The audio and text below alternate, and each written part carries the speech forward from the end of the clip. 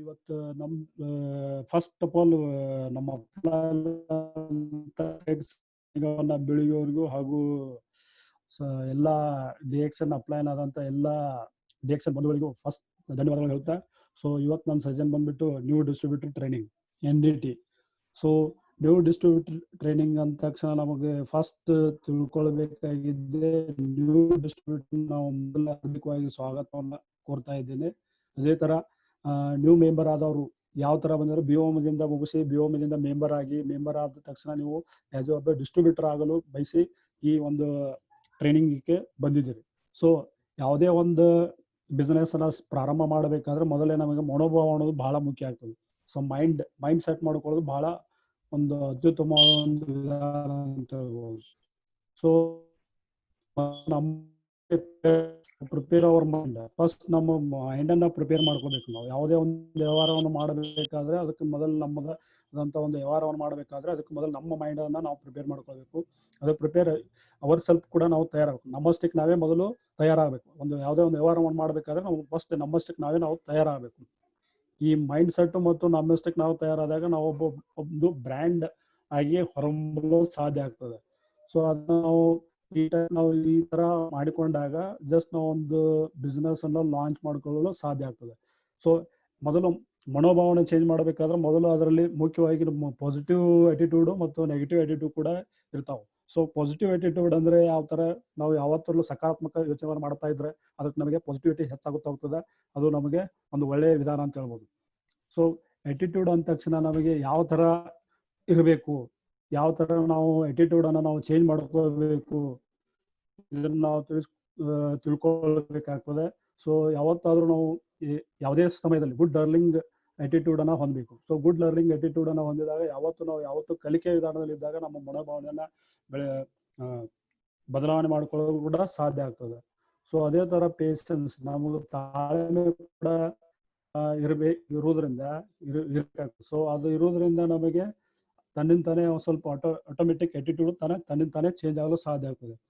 ಅದೇ ತರ ಪರ್ಸಿಸ್ಟೆನ್ಸ್, ನಾವು ದೀರ್ಘಕಾಲದಿಂದ ಇದನ್ನ ನಾವು ಹಠದಿಂದ ದೀರ್ಘಕಾಲದಿಂದ ಸತತ ಪ್ರಯತ್ನದಿಂದ ನಾವು ಇದನ್ನ ಈ ವ್ಯವಹಾರವನ್ನ ಮಾಡಬೇಕು ಅಂತ ನಮ್ಮ ಮನಸ್ಸಲ್ಲಿ ತಗೊಂಡ್ಕೊಂಡಾಗ ಮಾತ್ರ ಇದು ಕೂಡ ಸಾಧ್ಯ ಇದೆ. ಅದೇ ತರ ಪರ್ಸಿವರೆನ್ಸ್ ಕೂಡ, ಒಂದು ವ್ಯವಹಾರವನ್ನ ಮನೋಭಾವನೆಯನ್ನ ಬರಬೇಕಾದ್ರೆ ಪರ್ಸಿವರೆನ್ಸ್, ಅದನ್ನ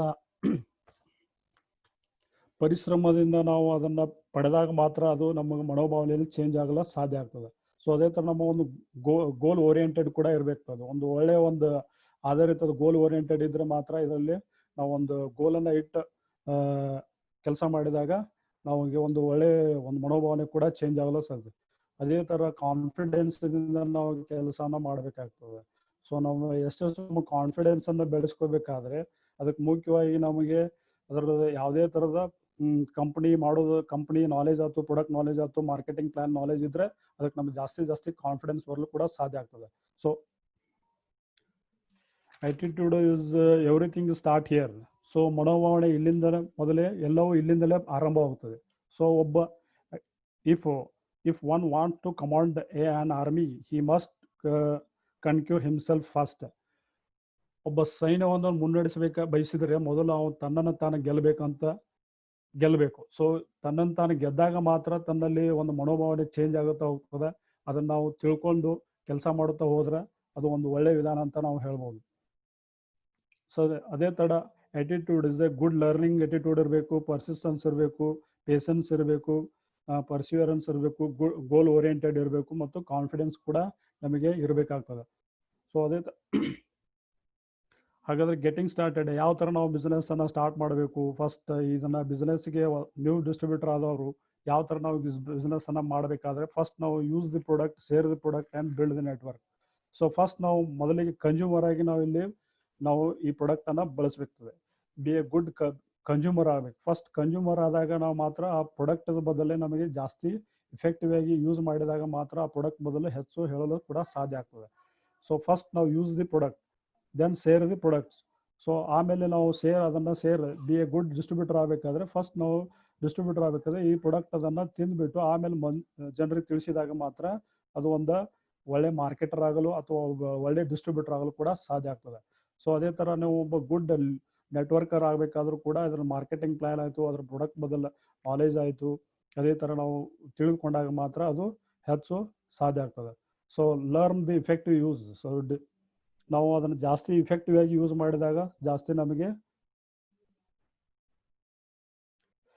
use the product. So learn their effective use. ನಾವು ಯೂಸ್ ಮಾಡೋದನ್ನು ಎಫೆಕ್ಟಿವ್ ಆಗಿ ಯೂಸ್ ಮಾಡಿದಾಗ ಅದು ಜಾಸ್ತಿಯಾಗಿ ನಮಗೆ ಪ್ರಾಡಕ್ಟ್ ಬದಲು ಜಾಸ್ತಿ ನಾಲೆಜ್ ಹೆಚ್ಚು ಸಿಗ್ತದೆ. ಸೊ ಅದೇ ಥರ Discover the innovative use. So Discovery ಈ ಪ್ರಾಡಕ್ಟದಲ್ಲಿದ್ದಂಥ ಹೊಸತನ, ಏನಾದರೂ ಹೊಸತನನ ನಾವು ತಿಂದಾಗ ಮಾತ್ರ ಅದು ನಮಗೆ ಜಾಸ್ತಿ ಸಿಗ್ತದೆ.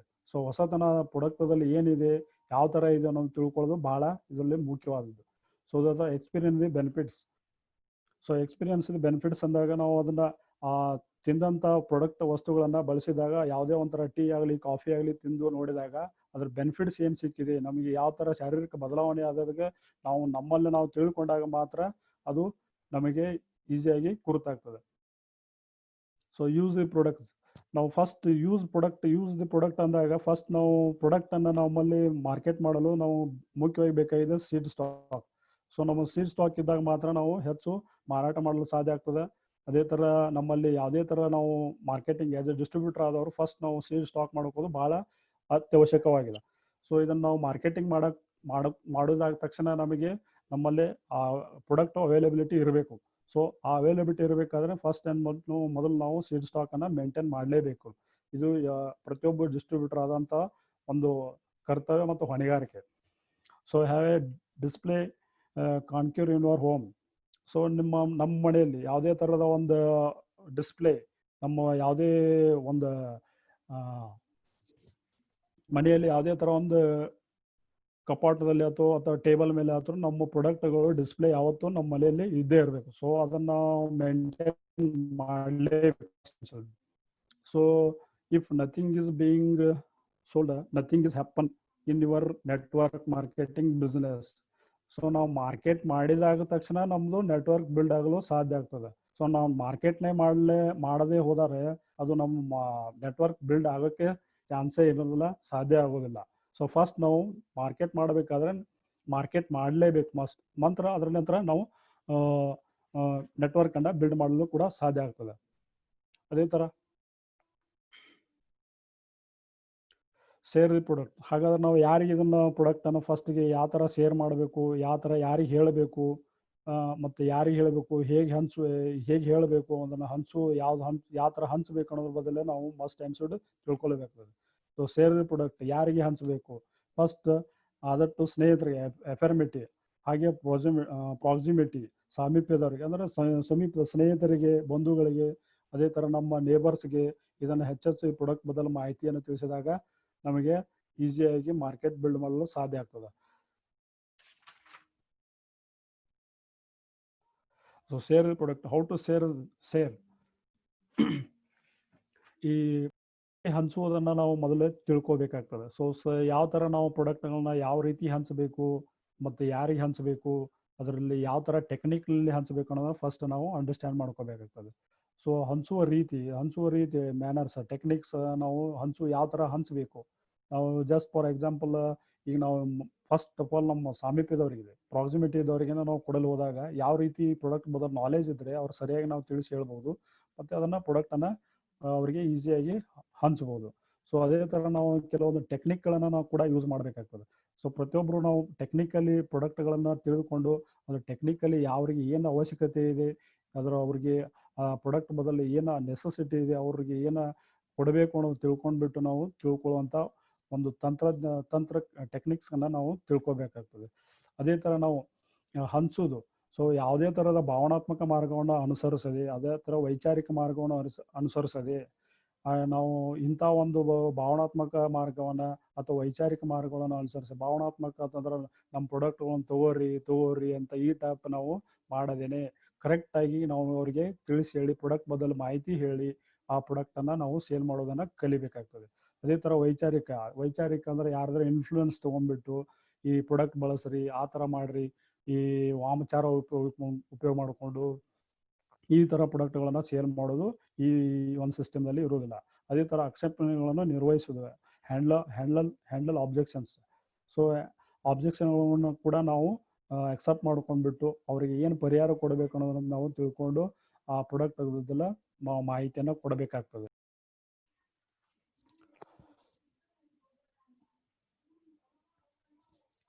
ಸೊ ನಿಮ್ಮ ವ್ಯವಹಾರದ ಜೀವನ ರೇಖೆ, life line of your business, the quality ಕನ್ಸ್ಯೂಮರ್ಗಳನ್ನು ನಾವು ಹುಡುಕೇಳ್ಬೇಕಾಗ್ತದೆ. ಫಸ್ಟ್ ನಾವು ಮಾಡೋದೇ ಮೊದಲು ಮುಖ್ಯವಾಗಿ ನಮಗೆ ಕನ್ಸ್ಯೂಮರ್ಸ್ಗಳಲ್ಲಿ 2 ಪ್ರಕಾರ, ಅಲ್ಲಿ ಮುಖ್ಯವಾಗಿ ಒಂದು ಕ್ವಾಲಿಟಿ ಕನ್ಸ್ಯೂಮರು ಹಾಗೂ ಒಂದೊಬ್ಬರು ಬೆಲೆ ಆಧಾರಿತವಾಗಿರ್ತಾರೆ, ಇನ್ನೊಬ್ರು ಕ್ವಾಲಿಟಿ ಕನ್ಸ್ಯೂಮರ್ಸ್ ಇರ್ತಾರೆ. ಸೊ ಅದನ್ನ ಮುಖ್ಯವಾಗಿ ಹುಡುಕೇಳ ಕಸ್ಟಮರ್ ತಗೊಳ್ಳೋದೇ ಮೊದಲು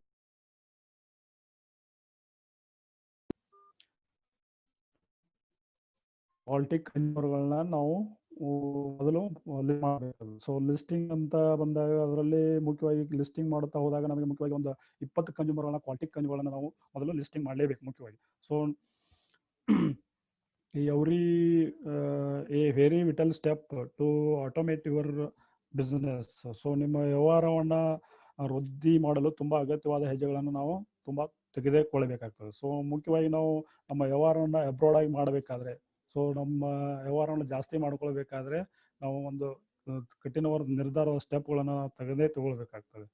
ಸೊ ಮುಖ್ಯವಾಗಿ ಅದರಲ್ಲಿ ಕಾನ್ಸಂಟ್ರೇಟ್ ಆನ್ ಯಾರ ಮೇಲೆ ನಾವು ಕಾನ್ಸಂಟ್ರೇಟ್ ಮಾಡ್ಬೇಕಂದ್ರೆ, ನಾವು ಬಂಗಾರದ ಮೊಟ್ಟೆ ಅಂತಿರುವ ಬದಲಾಗಿ ನಿರಂತರವಾಗಿ ಕೊಳ್ಳುವರ ಮೇಲೆ ಗಮನ ಕೇಂದ್ರೀಕರಿಸುವುದು ಬಹಳ ಮುಖ್ಯವಾಗಿದೆ. ಸೊ ನಾವು ಈಗ ಜಸ್ಟ್ ಫಾರ್ ಒಂದು ಎಕ್ಸಾಂಪಲ್ ಹೇಳ್ಬೇಕಾದ್ರೆ, ಜಸ್ಟ್ ಈ ಒನ್ ಟೈಮ್ ತಗೊಳ್ಳುವಂಥ ಕಸ್ಟಮರ್ಗಳನ್ನ ಬಿಟ್ಬಿಟ್ಟು ನಿರಂತರವಾಗಿ ಬಳಸುವಂಥ ಕಸ್ಟಮರ್ಗಳನ್ನ ನಾವು ಹೆಚ್ಚೆಚ್ಚು ಅವ್ರ ಮೇಲೆ ಫೋಕಸ್ ಮಾಡಬೇಕಾಗ್ತದೆ. ಸೊ ಅವ್ರನ್ನ ಹೆಚ್ಚು ಫೋಕಸ್ ಮಾಡಿದಾಗ ನಮಗೆ ಅವರಿಂದ ಹೆಚ್ಚೆಚ್ಚು ಬಿಸ್ನೆಸ್ ಪಡೆದುಕೊಳ್ಳಲು ಸಾಧ್ಯ ಆಗ್ತದೆ. ಸೊ ಅದೇ ಥರ have effective consumer list within 2 or 3 months. So ನಾವು ಒಂದು ಡಿಸ್ಟ್ರಿಬ್ಯೂಟರ್ ಮೆಂಬರ್ಶಿಪ್ ಆದ ತಕ್ಷಣ ಒಂದು 2-3 ತಿಂಗಳಲ್ಲಿ ಮೊದಲಿಗೆ ನಾವು ಪ್ರಾಡಕ್ಟ್ಗಳನ್ನು ಬಳಸಿಬಿಟ್ಟು ಅದರಲ್ಲಿ 20 ಕನ್ಸ್ಯೂಮರ್ಗಳನ್ನು ಒಂದು ಲಿಸ್ಟನ್ನು 2-3 ತಿಂಗಳಲ್ಲಿ ಸಿದ್ಧಪಡಿಸ್ಕೊಳ್ಳೋದು ಬಹಳ ಒಂದು ಮುಖ್ಯವಾದಂಥ ಸ್ಟೆಪ್ ಆಗಿದೆ. ಅದೇ ಥರ ನೆಕ್ಸ್ಟ್ ಸ್ಟೆಪ್ ನಾವು ನೆಟ್ವರ್ಕನ್ನು ಯಾವ ಥರ ಬಿಲ್ಡ್ ಮಾಡಬೇಕು, ಯಾವ ಥರ ಅವರಿಗೆ ಸಲಹೆಗಳನ್ನು ಕೊಡಬೇಕಂದಾಗ, ಅವ್ರನ್ನ ನಿರಂತರವಾಗಿ ನಾವು 20 ಮಂದಿ ಲಿಸ್ಟ್ ಕನ್ಸ್ಯೂಮರ್ಗಳು ಮಾಡಿದಾಗ ಅದರಲ್ಲಿ ಅಟ್ಲೀಸ್ಟ್ ಒಂದು 6% ಅಂದರೆ 6 ಕ್ವಾಲಿಟಿ ಕನ್ಸ್ಯೂಮರ್ಗಳನ್ನ ನಾವು ಬಿಸ್ನೆಸ್ ಆಪರ್ಚುನಿಟಿ ಮೀಟಿಂಗ್ಗೆ ಇನ್ವೈಟ್ ಮಾಡಲೇಬೇಕಾಗ್ತದೆ. ಸೊ ಅವ್ರನ್ನ ಇನ್ವೈಟ್ ಮಾಡೋದ್ರಿಂದ ಅವರಿಗೂ ಕೂಡ ಪ್ರಾಡಕ್ಟ್ ಬದಲು ನಾಲೆಜ್ ಸಿಗ್ತದೆ, ಮಾರ್ಕೆಟಿಂಗ್ ಪ್ಲಾನ್ ಬದಲು ನಾಲೆಜ್ ಸಿಗ್ತದೆ, ಅದರಿಂದ ಅವರಿಗೆ ಅನುಕೂಲ ಕೂಡ ಆಗ್ತದೆ. So sign of your invitees, so ಆಮಂತ್ರಣದೊಂದಿಗೆ ಸಹಿ ಕೂರಿಸ್ಕೊಳ್ಳೋದು. ಸೊ ಅವ್ರನ್ನ ಬಿಸ್ನೆಸ್ ಆಪರ್ಚುನಿಟಿಗೆ ಬಂದಾಗ ಅವರಿಗೆ ಎಲ್ಲ ಮಾಹಿತಿ ಕೊಟ್ಟು ಹೆಚ್ಚಿನ ಸಲಹೆಗಳನ್ನು ಕೊಟ್ಟು ಅವ್ರನ್ನ ನಾವು ನಮ್ಮ ಡೌನ್ಲೋಡಲ್ಲಿ ಆಸ್ ಎ ಮೆಂಬರ್ಸ್ ಅಂತ ನಾವು ಮಾಡಿಕೊಳ್ಳಲು ಈಸಿ ಕೂಡ ಆಗ್ತದೆ. ಸೊ ಅದು ನಿಮ್ಮ ಆಕ್ಟಿವ್ ಯುವರ್ ಪಾರ್ಟ್ನರ್ಸ್, ಸೊ ನಿಮ್ಮ ಸಹಯೋಗಿಗಳನ್ನು ಸಕ್ರಿಯಗೊಳಿಸುವುದು.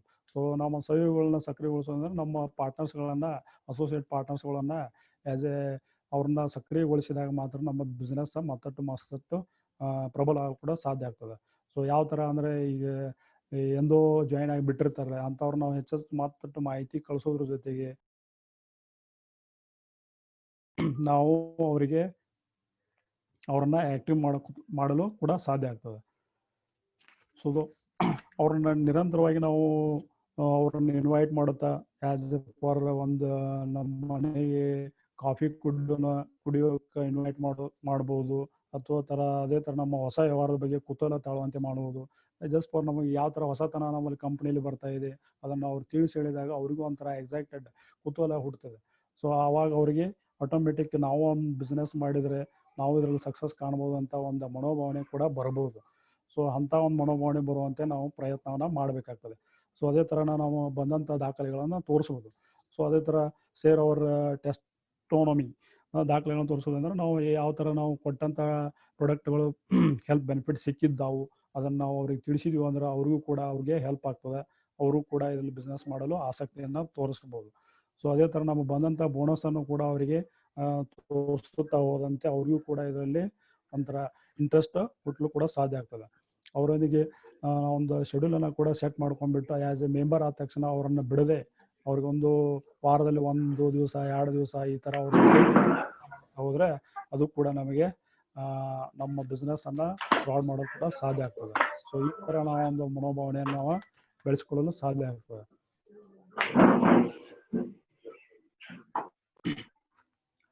ಸೊ ನಾವು ನಿರಂತರವಾಗಿ ಸೆಮಿನಾರ್ಗಳನ್ನು ಅಟೆಂಡ್ ಮಾಡಬೇಕಾಗ್ತದೆ. ಅವ್ರ ಜೊತೆಗೆ ಮೆಂಬರ್ ಆದಂಥ ನಮ್ಮ ಡೌನ್ಲೈನ್ ಮೆಂಬರ್ಸ್ ಆದಂಥವ್ರು ಎಲ್ಲರೂ ನಾವು ಸೆಮಿನಾರ್ಗೆ ಇನ್ವೈಟ್ ಮಾಡಬೇಕಾಗ್ತದೆ.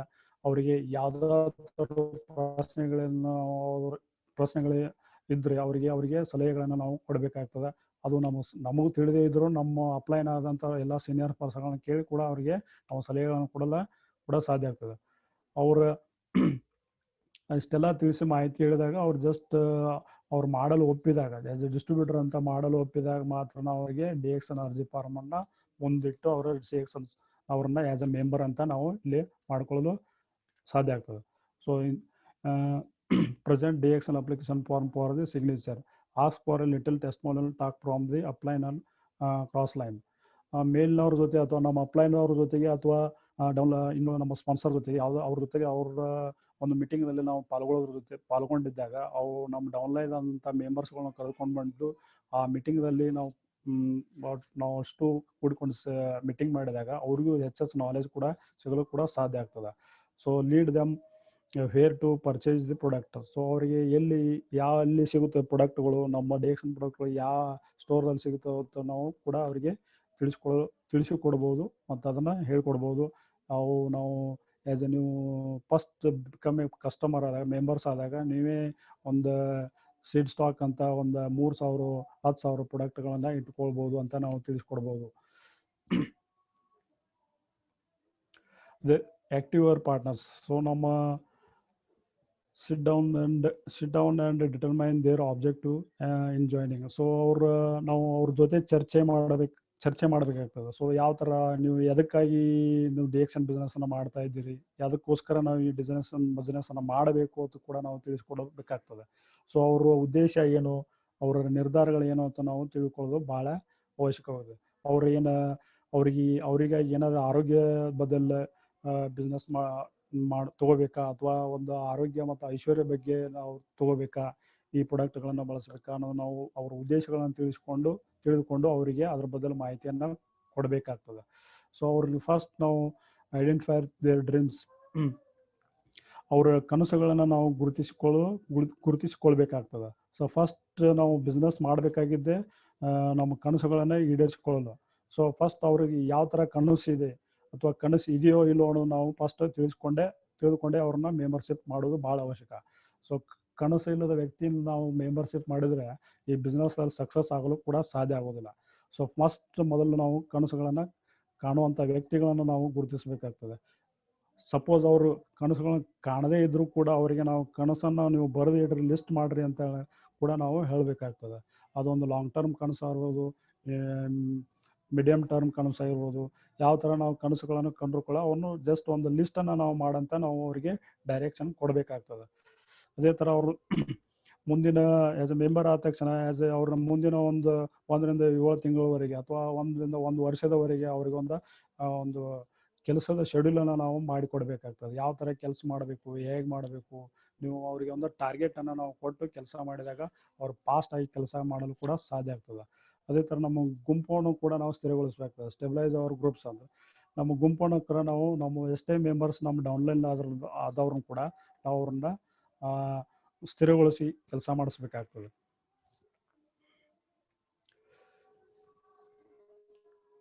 ಸೊ ನಾವು ಯಾವ ಥರ ಅವ್ರನ್ನ ನಮ್ಮ ಗುಂಪನ್ನು ಸ್ಥಿರಗೊಳಿಸ್ಬೇಕು, ಯಾವ ಥರ ಅವರಿಗೆ ನಾವು ಡೈರೆಕ್ಷನ್ ಕೊಡಬೇಕಂದಾಗ ಫಸ್ಟ್ ಅವರನ್ನು ನಾವು ಕೋಚಿಂಗ್ ಕೊಡಬೇಕಾಗ್ತದೆ. ಯಾವ ಥರ ಬಿಸ್ನೆಸ್ ಮಾಡಬೇಕು, ಹೇಗೆ ಮಾಡಬೇಕು ಅನ್ನೋದ್ರಲ್ಲಿ ಕೋಚಿಂಗ್ ಕೊಡಬೇಕಾಗ್ತದೆ. ಅಲ್ಲಿ ನಮ್ಮಲ್ಲಿ ಸಾಕಷ್ಟು ಸೆಮಿನಾರ್ಸ್ಗಳು, ಟ್ರೈನಿಂಗ್ಸು ಈ ಥರ ಇರೋದ್ರಿಂದ ಅವ್ರನ್ನಲ್ಲಿ ಅವರು ಜಾಯಿನ್ ಮಾಡಿಸೋದ್ರ ಜೊತೆಗೆ ಅಥವಾ ಜೂಮ್ ಮೀಟಿಂಗ್ ಜಾಯಿನ್ ಮಾಡಿಸೋದ್ರ ಜೊತೆಗೆ ಅವರಿಗೆ ಹೆಚ್ಚಿಸೋ ತರಬೇತಿಯನ್ನು ನಾವು ತರಬೇತಿ ಕೂಡ ಕೊಡಲು ಸಾಧ್ಯ ಆಗ್ತದೆ. ಸೊ ಅವರನ್ನು ಅದೇ ಥರ ಕ್ಯಾಡಿಯಮ್ ಅವರನ್ನು ಪೋಷಿಸಬೇಕಾಗ್ತದೆ. ಪೋಷಿಸುವುದು ಅಂದರೆ ಅವರು ಯಾವುದೇ ಥರ ಒಂದು ಅಚೀವ್ ಮಾಡಿದಾಗ 1,000 ರೂಪಾಯಿ ಮಾಡಲಿ, 3,000 ರೂಪಾಯಿ ಮಾಡಲಿ, 10,000 ರೂಪಾಯಿ ಮಾಡಿದಾಗ ಅವರಿಗೆ ಸನ್ಮಾನವನ್ನು ಮಾಡೋದ್ರ ಜೊತೆಗೆ ಅವ್ರನ್ನ ಜಾಸ್ತಿ ಇಂಪ್ರೆಷನ್ ಮಾಡಬೇಕಾಗ್ತದೆ. ಅದೇ ಥರ ಪೋಷಿಸುವುದು ಅಂದರೆ ಕ್ಯಾಡಿಯಮ್ ಅಂದರೆ ಅದೇ ಥರ ಅವ್ರನ್ನ ಪೋಷಣೆ ಮಾಡುತ್ತಾ ಹೋದಂತೆ ಅವರಿಗೆ ಒಂಥರ ಈ ಬಿಸ್ನೆಸ್ ಮಾಡಬೇಕನ್ನೋವಂಥ ಒಂದು ಕುತೂಹಲ, ಇಂಟ್ರೆಸ್ಟ್ ಅವರಲ್ಲಿ ಮೂಡಿಸ್ಬೇಕಾಗ್ತದೆ. ಸೊ ಅದನ್ನು ನಾವು ಮಾಡಿದಾಗ ಅವರು ಹೆಚ್ಚೆಚ್ಚು ಬಿಸ್ನೆಸ್ ಮಾಡಲು ಸಾಧ್ಯ ಆಗ್ತದೆ. ಸೊ ಅವರಿಗೊಂದು ಚಾಲೆಂಜನ್ನು ನಾವು ಕೊಡಬೇಕಾಗ್ತದೆ. ಸೊ ನಾವು ಒಂದು ಟಾರ್ಗೆಟನ್ನು ಇಟ್ಟು ಕೆಲಸ ಮಾಡೋದ್ರ ಜೊತೆಗೆ ನೀವು ಹೆಚ್ಚು ಆದಾಯನ ಪಡೆದುಕೊಳ್ಬೋದು ಅಂತ ನಾವು ತಿಳಿಸ್ಕೊಟ್ಟಾಗ ಅವರು ಚಾಲೆಂಜಾಗಿ ಸ್ವೀಕಾರ ಮಾಡಿ ಆ ಕೆಲಸವನ್ನು ಮಾಡಿದ್ರೆ ಅವರಿಗೆ ಹೆಚ್ಚೆಚ್ಚು ಆದಾಯ ಪಡೆಯಲು ಕೂಡ ಸಾಧ್ಯ ಆಗ್ತದೆ. ಜಸ್ಟ್ ಈ ಫಸ್ಟ್ ಜಾಯ್ನ್ ಆದ ತಕ್ಷಣ 3,000 1,000 ಪಿ ಮಾಡಿ, ನೆಕ್ಸ್ಟ್ ಒಂದು 2-3 ಮಂತ್ಸ್ 3,000 ಪಿ ಮಾಡಿ, ಹೀಗೆ ಅವ್ರನ್ನ ಜಾಸ್ತಿ ಸಪೋರ್ಟ್ ಮಾಡುತ್ತಾ ಹೋದಂತೆ ಅವರು ನಮ್ಮ ಪ್ರಾಡಕ್ಟ್ಗಳನ್ನು ಸೇಲ್ ಮಾಡಲು ಕೂಡ ಸಾಧ್ಯ ಆಗ್ತದೆ. ಅವರು ಕೂಡ ಒಂದು ಅಚೀವ್ ಮಾಡಲು ಕೂಡ ಸಾಧ್ಯ ಆಗ್ತದೆ. ಅವರನ್ನು ನಾವು ಯಾವುದೇ ಥರ ಅಚೀವ್ ಮಾಡಿದಾಗ ಆ್ಯಸ್ ಎ ಸ್ಟಾರ್ ಏಜೆಂಟ್ ಆದಾಗ ಅಥವಾ ಸ್ಟಾರ್ ರೂಬಿ ಆದಾಗ ಅಥವಾ ಅವರನ್ನು ನಾವು ಸನ್ಮಾನಿಸುವುದು, ಬಹುಮಾನಿಸುವುದು, ರಿವಾರ್ಡ್ ಕೊಡೋದ್ರ ಜೊತೆಗೆ ನಾವು ಅವರನ್ನು ಹೆಚ್ಚು ಪ್ರೋತ್ಸಾಹ ಕೂಡ ಕೊಡಲು ಸಾಧ್ಯ ಆಗ್ತದೆ.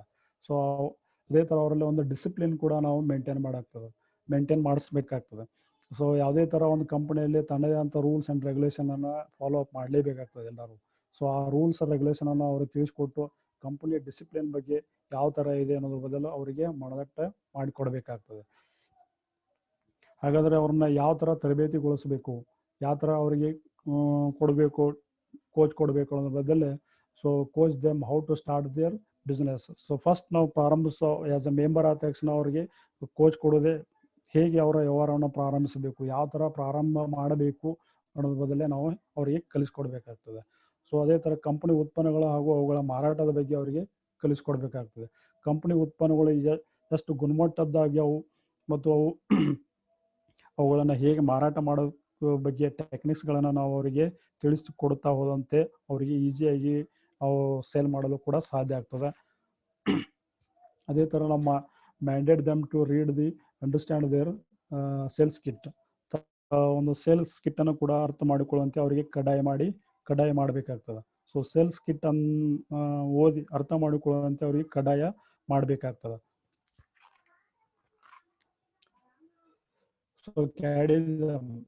So teach dum the skills of prospecting. ಅವರ ಅಭಿವೃದ್ಧಿ ಕೌಶಲ್ಯಗಳನ್ನು ನಾವು ಕಲಿಸ್ಕೊಡ್ಬೇಕಾಗ್ತದೆ. ಅವರಿಗೆ ಆದ ಕೆಲವೊಂದು ಟೆಕ್ನಿಕ್ಸ್ಗಳನ್ನು ನಾವು ತಿಳಿಸ್ಕೊಟ್ಟಾಗ ಅವರಲ್ಲಿ ಏನೇ ನ್ಯೂನತೆಗಳಿದ್ರು ಕೂಡ ಅವು ಸರಿದೂಗಿಸ್ಕೊಂಡು ಅವ್ರು ಈಸಿಯಾಗಿ ಕೆಲಸ ಮಾಡಲು ಸಾಧ್ಯ ಆಗ್ತದೆ. ಅದು help them to prepare their hot list. ಅವರಿಗೆ ಖಚಿತವಾದ ಗಿರಾಕಿಗಳ ಪಟ್ಟಿಯನ್ನು ಸಿದ್ಧಪಡಿಸಲು ಕೂಡ ನಾವು ನೆರವಾಗುವುದ್ರ ಜೊತೆಗೆ ಆ್ಯಸ್ ಎ ಸ್ಪಾನ್ಸರ್ ಆದವರು ನೆರವಾಗುವುದ್ರ ಜೊತೆಗೆ ಅವರನ್ನು ನಾವು ಹೆಚ್ಚು ಪೋಷಿಸಬಹುದಾಗಿದೆ. Help them plan on how to approach their prospect. ಅವರ ಭಾವಿ ಸಹಯೋಗಿಯನ್ನು ಭೇಟಿ ಮಾಡಬೇಕೆಂಬುದನ್ನು ಯೋಜಿಸಲು ಅವರಿಗೆ ಸಹಾಯ ಮಾಡಬೇಕಾಗ್ತದೆ. ಯಾವ ಥರ ನಾವು ಸಹಯೋಗಿ ಅಂದರೆ ನೆಕ್ಸ್ಟ್ ಅವ್ರ ಜನ್ರೇಷನ್ನ ಯಾವ ಥರ ಡೆವಲಪ್ಮೆಂಟ್ ಮಾಡಬೇಕು, ಯಾವ ಥರ ನೆಟ್ವರ್ಕ್ ಮಾರ್ಕೆಟನ್ನು ಬಿಲ್ಡ್ ಮಾಡಬೇಕು ಅನ್ನೋದ್ರ ಬದಲೇ ನಾವು ತಿಳಿಸ್ಕೊಡೋದು ಒಂದು ಭಾಳ ಅತ್ಯವಶ್ಯಕವಾಗಿದೆ. ಒಂದು ಸಮಯವನ್ನು ನಿಗದಿಪಡಿಸಿಕೊಳ್ಳಿ ಅವರಿಗೆ ನೆರವಾಗಿರಿ. ಸೊ ಅದೇ ಥರ ಅವರಿಗೆ ಒಂದು ನಿಗದಿತವಾದ ಸಮಯವನ್ನು ಕೊಟ್ಟು ಅವರಿಗೆ ಅಸಿಸ್ಟ್ ಮಾಡುವುದು ಭಾಳ ಒಂದು ಮುಖ್ಯವಾದಂಥ ಕೆಲಸ ಅದು. ಅದನ್ನು ನಾವು ಯಾವುದೇ ಥರ ಒಂದು ಬಿಸ್ನೆಸ್ ಅಪಾರ್ಚುನಿಟಿ ಮೀಟಿಂಗ್ ಎಲ್ಲೇ ನಡೀಲಿ, ಯಾರೇ ನಡೆಸಿಕೊಳ್ಳಿ, ಅದನ್ನು ನಾವು ಅವ್ರ ಜೊತೆಗೆ ಅಲ್ಲಿ ಹೋಗಿ ಅವರಿಗೆ ಸಹಾಯ ಕುಳಿತುಕೊಳ್ಳೋದ್ರಿಂದ ಅವ್ರಿಗೂ ಹೆಚ್ಚು ನಾಲೆಜ್ ಬರ್ತದೆ. ಅದು ಅವರಿಗೆ ಒಂದು ಈಸಿಯಾಗಿ ಬಿಸ್ನೆಸ್ ಮಾಡಲು ಕೂಡ ಸಾಧ್ಯ ಆಗ್ತದೆ. ಸೊ ಅದೇ ಥರ show them how to do table closing. ಅವರ ಮಾತುಕತೆಯನ್ನು ಹೇಗೆ ಮುಕ್ತಾಯಗೊಳಿಸಬೇಕೆಂಬುದನ್ನು ಅವರಿಗೆ ನಾವು ತೋರಿಸಿಕೊಡಬೇಕಾಗ್ತದೆ. ಸೊ ಯಾವ ಥರ ಮಾತಬೇಕು, ಯಾವ ಥರ ನಾವು ಪ್ರಾಜೆಕ್ಟನ್ನು ಸಬ್ಮಿಟ್ ಮಾಡಬೇಕು, ಪ್ರಾಸ್ಪೆಕ್ಟಿಂಗ್ ಹೆಂಗೆ ಮಾಡಬೇಕು, ಯಾವ ಥರ ನಾವು ಮೆಂಬರ್ಶಿಪ್ಪನ್ನು ಮಾಡಬೇಕು ಅನ್ನೋದನ್ನು ನಾವು ಅತಿಯಾಗಿ ತಿಳಿಸ್ಕೊಡ್ಬೇಕಾಗ್ತದೆ. ಅವ್ರಿಗೊಂದು ನಾವು ಚಾಲೆಂಜನ್ನು ಕೂಡ ಕೊಡಬಹುದಾಗಿದೆ. ಸೊ ಯಾವ ಥರ ಚಾಲೆಂಜನ್ನು ಕೊಡಬೇಕು, ಅವರಿಗೆ ನಾವು ಯಾವ ಥರ ಚಾಲೆಂಜನ್ನು ಎದುರಿಸಬೇಕು ಅನ್ನೋದು ಕೂಡ ನಾವು ತಿಳಿಸ್ಕೊಡ್ಬೇಕಾಗ್ತದೆ. Tell them to expect rejection. So ಸಾಕಷ್ಟು ಮಾರ್ಕೆಟಲ್ಲಿ ಹೋದಾಗ ಅವರ ಮನಸ್ಥಿತಿ ಹೋದ ತಕ್ಷಣ ಯಾರೂ ಪರ್ಚೇಸ್ ಮಾಡಲು ಸಾಧ್ಯ ಇಲ್ಲ. ಸೊ ಅವಾಗ ನಾವು ಅವರಲ್ಲಿ ಒಂದು ಮನಸ್ಸಿನ ಒಂದು ಭಾವನೆ ಮೂಡ್ಬೋದು, ಯಾವ ಥರ ಆದ್ರೂ ಸೇಲ್ ಆಗ್ತಾ ಇಲ್ಲ ಅಂತ ಸವಾಲು. ಸೊ ಆರಂಭವನ್ನು ಆದಾಯ ಚಿಲ್ಲರೆ ಮಾಡೋದು ಬರುತ್ತದೆ ಅಂತ ನಾವು ತಿಳಿಸ್ಕೊಡ್ಬೇಕಾಗ್ತದೆ. Initial income comes from retailing. So ಅವರಿಗೆ ನಾವು ಜಾಯಿನ್ ಮಾಡಿದ ತಕ್ಷಣ ಇದರಲ್ಲಿ ಸಾಕಷ್ಟು ಇನ್ಕಮ್ ಬರ್ತದೆ, ಈಗ ಬರ್ತದೆ, ನಮ್ಮ ರಿಟೇಲ್ ಆದಾಯದಿಂದ ಅಂತ ನಾವು ಫಸ್ಟಿಗೆ ಅವರಿಗೆ ತಿಳಿಸ್ಕೊಡ್ಬೇಕಾಗ್ತದೆ. ಅದೇ ಥರ stable and reliable income comes from sponsoring. ಒಂದು ಸ್ಥಿರ ಮತ್ತು ಇದರಲ್ಲಿ ಮುಖ್ಯವಾಗಿ ತಿಳ್ಕೊಳ್ಬೇಕಾಗಿದ್ದೆ ನಾವು ಮುಖ್ಯವಾಗಿ ಯಾವ ಥರ ನೆಟ್ವರ್ಕನ್ನು ಬಿಲ್ಡ್ ಮಾಡಿದಾಗ ನಮಗೆ ಒಂದು ಸ್ಥಿರವಾದ ಆದಾಯ ಬರುತ್ತದೆ ಅನ್ನೋದನ್ನು ಅವರಿಗೆ ನಾವು ಮನದಟ್ಟು ಮಾಡಿಕೊಂಡು. ಅದೇ ಥರ have them understand their importance of the maintaining 3,000 PV. 3,000 PVಯನ್ನು ಮೇಂಟೈನ್ ಮಾಡುತ್ತಾ ಹೋದಂತೆ ನಮಗೆ ಎಷ್ಟು ಆದಾಯ ಬರುತ್ತದೆ, ಇದರಿಂದ ಏನು ಉಪಯೋಗ, ನಮ್ಮ ಡೌನ್ಲೈನ್ ಆದವರು 3000 PU ಮಾಡಿದರೆ ಎಷ್ಟು ಈಸಿಯಾಗಿ ಕೊಡಬೇಕಾಗ್ತದೆ. ಅದೇ ಥರ ಜಾಲವನ್ನು ಬೆಳೆಸುವುದಕ್ಕೆ ಸಮಯ ಹಿಡಿಯುತ್ತದೆ, ಆದರೆ ಅದು ನಿರಂತರ ಆದಾಯನ ಕೊಡುತ್ತದೆ. ಸೊ ಫಸ್ಟ್ ಎಲ್ಲರಿಗೂ ಈ ಬೇಗ ನಾವು ಶ್ರೀಮಂತರಾಗಬೇಕು, ಬೇಗವಾಗಿ ಇನ್ಕಮ್ ಮಾಡ್ಕೋಬೇಕು ಅನ್ನೋದು ಎಲ್ಲರಿಗೂ ಒಂದು ಇದ್ದಂಥ ಆಸೆ. ಬಟ್ ಅವರಿಗೆ ಈ ನೆಟ್ವರ್ಕ್ ಮಾರ್ಕೆಟಿಂಗ್ ಸಿಸ್ಟಮ್ದಲ್ಲಿ ಅಷ್ಟು ಈಸಿಯಾಗಿ ಇನ್ಕಮ್ ಮಾಡಿಕೊಳ್ಳೋದು. ಸೊ ಹಾಗಾದರೆ ನಾವು ಅವ್ರಿಗೆ ಫಸ್ಟ್ ಆಗಿ ತಿಳಿಸ್ಕೊಳ್ಳೋದೇ ಇದೆ ಮುಖ್ಯವಾದ ಕೆಲಸ. ಸೊ ನಾವು ಅವ್ರಿಗೆ ನಮಗೆ ಈಸಿಯಾಗಿ ನೆಟ್ವರ್ಕನ್ನು ನಾವು ಯಾವ ಥರ ಬಿಲ್ಡ್ ಮಾಡುತ್ತಾ ಹೋದಂತೆ ನಮಗೆ ಹೆಚ್ಚೆಚ್ಚು ಆದಾಯ ಬರ್ತದೆ ಅಂತ ನಾವು ಅವ್ರಿಗೆ ತಿಳಿಸ್ಕೊಡ್ಬೇಕಾಗ್ತದೆ.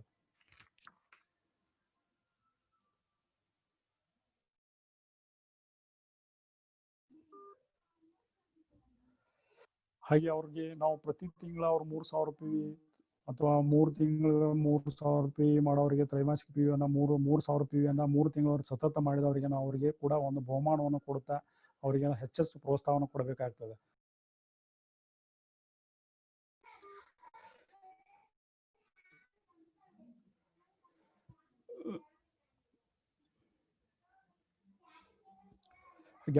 get the attention of those right. ವಾರ್ಷಿಕ ನಿಮ್ಮ ತಂಡದ ಪ್ರಯತ್ನಗಳ ಬಗ್ಗೆ ಕೇಂದ್ರೀಕರಿಸಿದ ಒಂದು ಕಾರ್ಯಕ್ರಮವನ್ನು ನಾವು ಕೂಡ ಏರ್ಪಾಡು ಮಾಡಬೇಕಾಗ್ತದೆ. ಒಂದು ಹಾನರ್ ಮಾಡುತ್ತಾ ಅವ್ರಿಗೆ ಒಂದು ಕಾರ್ಯಕ್ರಮ ಏರ್ಪಡಿಸಿ ಅವ್ರಲ್ಲಿ ಸನ್ಮಾನ ಮಾಡಿದಾಗ ಅವಾಗ ಅವ್ರು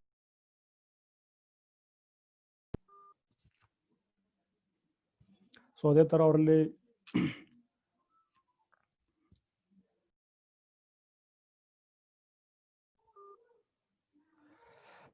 ನಾವು ಡಿಸಿಪ್ಲಿನ್ ಕೂಡ ನಾವು ತರಬೇಕಾಗ್ತದೆ. ಕಂಪನಿಯ ನಿಯಮಗಳನ್ನು ಅವರಿಗೆ ನಾವು ತಿಳಿಸ್ಕೊಡ್ಬೇಕಾಗ್ತದೆ. ಅದನ್ನು ಹೇಗೆ ಅನುಸರಿಸಬೇಕು ಅನ್ನೋದ್ರ ಬಗ್ಗೆ ಅವ್ರನ್ನ ತಿಳಿಸ್ಕೊಡ್ಬೇಕಾಗ್ತದೆ.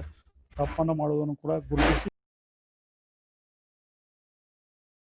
ಆ ಥರ ಮಾಡಬಾರ್ದು ಅಂತ ನಾವು ತಿಳಿಸ್ಕೊಡೋದು ಬಹಳ ಒಂದು ಮುಖ್ಯವಾದಂಥ ಕೆಲಸ ಅಂತ ಹೇಳ್ಬೋದು. ಅದೇ ಆಡಳಿತ ಮಂಡಳಿಯಿಂದ ತಪ್ಪು ಮಾಡುವ ಸಹಯೋಗಿಗಳನ್ನು ಶಿಸ್ತುಗೊಳಪಡಿಸಲು ನೆರವು ಕೇಳುವುದು. ಸೊ ಇದನ್ನು ನಾವು ಕೂಡ ಮಾಡಲು ಸಾಧ್ಯ ಆಗುತ್ತದೆ. ನಮಗೆ ಅವರಿಗೆ ಬೇಕಾದಂಥ ಅಗತ್ಯ ಕೌಶಲ್ಯಗಳನ್ನು ಕೂಡ ನಾವು ಹೇಳಿಕೊಡ್ಬೇಕಾಗ್ತದೆ. ಯಾವ ಥರ ಪ್ರಾಸ್ಪೆಕ್ಟಿಂಗ್ ಮಾಡಬೇಕು ಕೊಡಬೇಕು ಅನ್ನೋದ್ರ ಬದಲು ನಾವು ಅವರಿಗೆ ತಿಳಿಸ್ಕೊಡ್ಬೇಕಾಗ್ತದೆ. ಸೊ ಪ್ರಾಸ್ಪೆಕ್ಟಿಂಗ್ ಯಾವ ಥರ ಮಾಡಬೇಕು, ಅದ್ರ ಬದಲು ಸಾಕಷ್ಟು ಮಾಹಿತಿಯನ್ನು ಟೆಕ್ನಿಕ್ಸ್ಗಳನ್ನ ನಾವು ತಿಳಿಸ್ಕೊಡ್ಬೇಕಾಗ್ತದೆ. ಒಬ್ಬನ ರಿಕ್ರೂಟ್ಮೆಂಟ್ ಯಾವ ಥರ ಮಾಡ್ಕೋಬೇಕು. ಈಗ ಸಾಕಷ್ಟು ನೋಡಿದ್ವಿ ನಮ್ಮಲ್ಲಿ ಸಾಕಷ್ಟು ಜನ ಡಮ್ಮಿ ರಿಕ್ರೂಟ್ಮೆಂಟ್ ಜಾಸ್ತಿ ಆಗ್ತದೆ. ಸೊ ಅದನ್ನು ನಾವು ತಡಿಬೇಕಾದ್ರೆ ಮುಖ್ಯವಾಗಿ ಈ ಬಿಸ್ನೆಸ್ಸಲ್ಲಿ ಪರ್ಟಿಕ್ಯುಲರ್ ಮೆಂಬರ್ಶಿಪ್ ಅಂತ ಕೊಡಬೇಕಾದ್ರೆ ಅವ್ನು ಬಿಸ್ನೆಸ್ ಕೊಡೋದು ಸಾಧ್ಯ ಆಗ್ತದೆ. ಸೊ ಅದೇ ಥರ ಅವರಿಗೆ ರಿಕ್ರೂಟ್ಮೆಂಟ್ ಮಾಡಿದ ತಕ್ಷಣ ಅವರನ್ನು ಟ್ರೈನ್ ಅಪ್ ಕೂಡ ಅವ್ರನ್ನ ಮಾಡಬೇಕಾಗ್ತದೆ. ಸೊ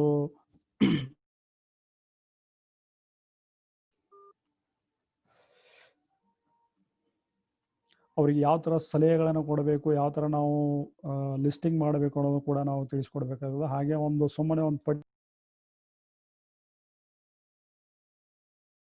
ಆಗ್ತದೆ.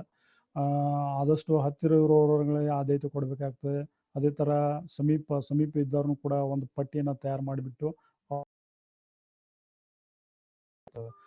ಅದೇ ಥರ ಪಟ್ಟಿಯನ್ನು ಸದಾ ಅಪ್ಡೇಟ್ ಕೂಡ ಮಾಡಬೇಕಾಗ್ತದೆ.